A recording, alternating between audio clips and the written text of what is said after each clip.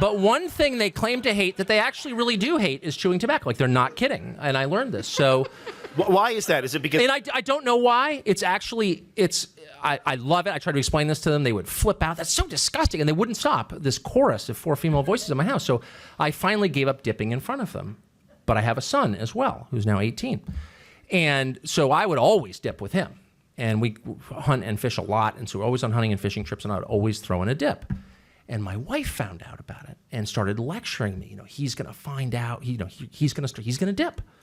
I said, that's not true. I've told him 20 times. It's a disgusting addiction, and it is a real addiction, and it's unattractive. And by the way, girls hate it. You shouldn't do it. But he always watched it. I remember being in a convenience store in Maine, about to go on a fishing trip, and I bought like 8 tins. He was like 8 years old. And he's standing there waiting for me to check out, and he picks up a tin of Copenhagen, and in this practiced way, starts snapping it like that. And the woman behind the counter freaked out.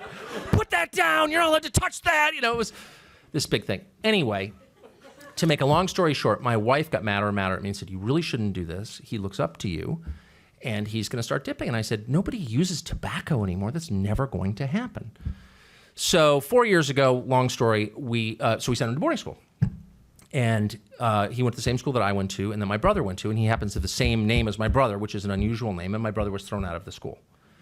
And there are still teachers there who remember my brother, and my son shows up with the same name. And we're not super superstitious, but enough to be concerned about it. So we've been worried for 4 years he's going to get thrown out. His graduation is 2 weeks from today.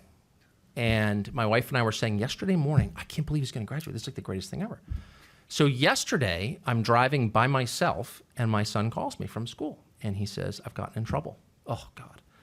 And I'm thinking, this is it. Like, the one thing I want is you to graduate from high school. Be like the first Buckley Carlson ever to graduate from high school. And I said, what did you do? Are you going to graduate? He's already into college, but, they'll rescind it. So it's like tense moment in the Carlson household. And he says, no, I'm going to graduate, but I'm in trouble. What happened?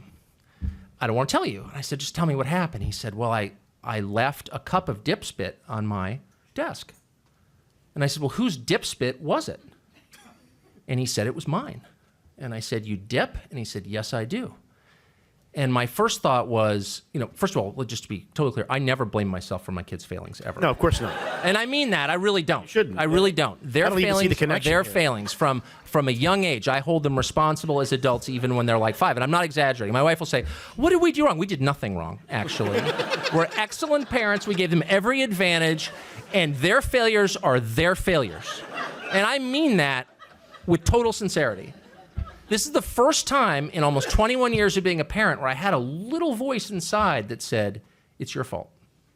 You did this. But I had to be sure. So there are 1,000 different kinds of dip on the market, as you know, right? I mean, there are an endless number of kinds of chewing tobacco. Copenhagen is literally the most expensive and also the nastiest. The barrier to entry with Copenhagen is really high. If you've ever dipped it, you know. It smells like manure, but with an ammonia undertone. It's repulsive. So I said to him, I'm pausing, trying to collect myself, madder at myself than at him, but not certain of the evidence I was in. And I said, what kind of dip was it? Copenhagen.